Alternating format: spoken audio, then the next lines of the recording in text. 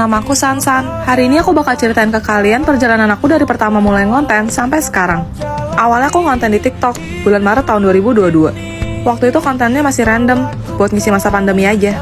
Aku berjuang, rajin bikin konten setiap hari. Walaupun dihujat, diremehkan, dan dapat banyak sindiran. Karena di umurku yang udah menginjak 34 tahun ini, katanya aku udah gak pantas bertingkah seperti anak muda lagi. Tapi semua itu aku jadikan batu pijakan demi menggapai mimpi masa kecilku. Iya, sedari dini aku memang menyukai drama, hingga aku memutuskan untuk menekuni POV. Aku berusaha begitu keras, dari belajar menulis skrip, memerankan puluhan karakter, jadi cewek, jadi cowok, isi suara, edit, hingga menghasilkan sebuah video. Segala proses itu aku lakukan sendirian.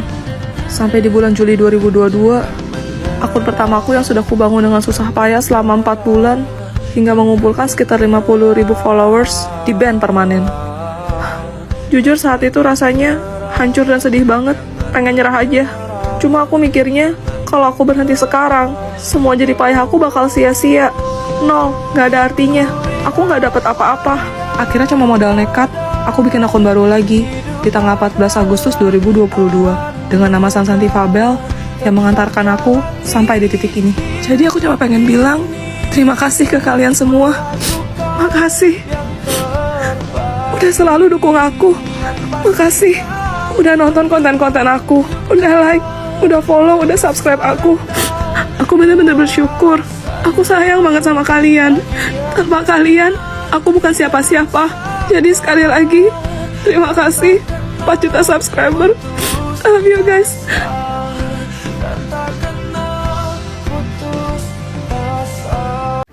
Guys, masa katanya game ini tuh cuma buat orang yang IQ-nya tinggi doang? Apa iya? Ayo kita coba, let's go. Yang ini SpongeBob 15, Gary 10. Gedean SpongeBob, jadi SpongeBob bakal menang lawan Gary. Gas. Wah, mereka gelut guys. Tuh kan, sekarang si Patrick 40, Squidward 24, SpongeBob 25. Berarti bisa lawan ini, Squidward. Kalau kita menang, skor kita bakal ditambahin sama skor lawan kita. Sekarang skor aku 49 guys. Kok ada di ujung ijo-ijo apaan tuh? Kayak hulek. Yang mana ya? Skornya pada beda jauh semua guys. Apa ambil bubble kali 50 dulu kali ya? 49 dikali 50 hasilnya 2450 guys. Terus lawan ini yang 2000, Larry.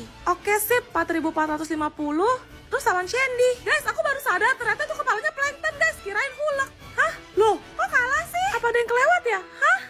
Perasaan udah bener semua celo milihnya. Gimana cara lawannya guys? Ada yang bisa nggak? Komen.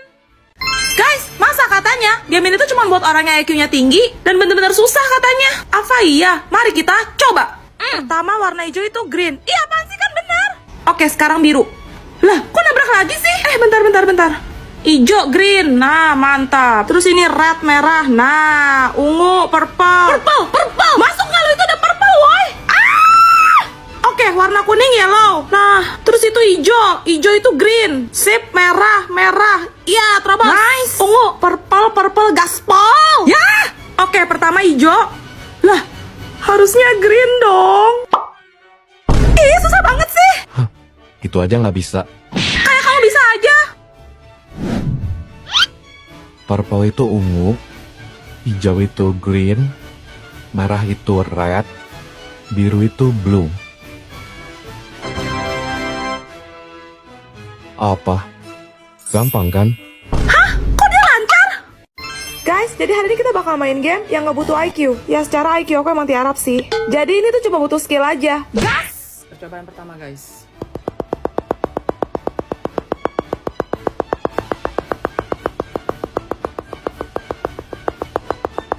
Wah, 59. Percobaan kedua.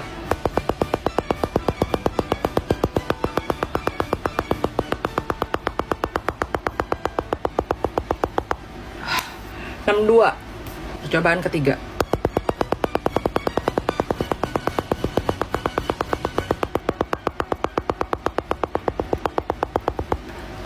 66 guys. Percobaan keempat.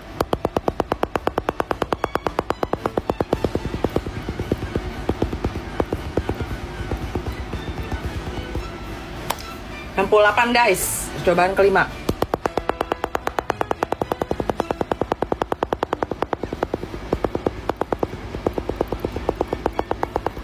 Hah? 73 guys. Jadi setelah 5 kali main, skor aku paling tinggi 73 guys. Ada yang bisa lawan aku gak? Kalau skor kalian berapa? Komen. Juliet, lo kalau disuruh milih, punya uang sebanyak 30 juta atau punya bestie sebanyak 30 juta orang? Gampang, 30 juta bestie lah. Hah, kenapa? 30 juta loh, instan loh, langsung. Hah, nih ya, gue tinggal minta 5.000. Dan karena mereka semua bestie gue, mereka bakal kumpulin tuh satu persatu masing-masing orang 5.000 buat kasih ke gue. Lagian juga cuma 5.000 doang. Tapi lo tebak, sekarang duit gue ada berapa?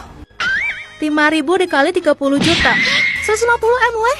Terus, kalau gue mau nyalon nih jadi presiden, gue itu udah punya 30 juta suara secara cuma-cuma.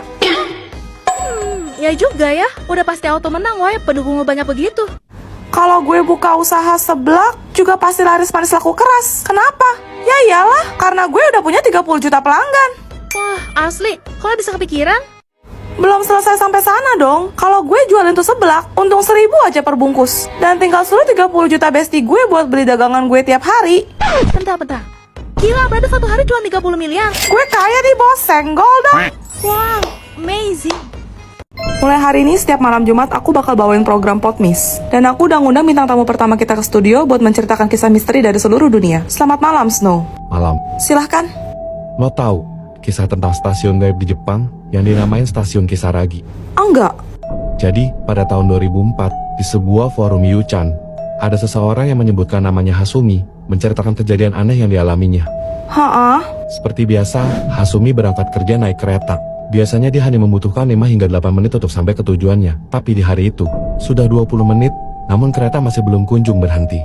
Telat dong. Setelah kereta melewati terowongan yang tidak biasa, kereta itu pun terhenti di stasiun yang bernama Kisaragi. Oke. Dia turun, lalu mencoba mencari letak stasiun ini menggunakan handphonenya.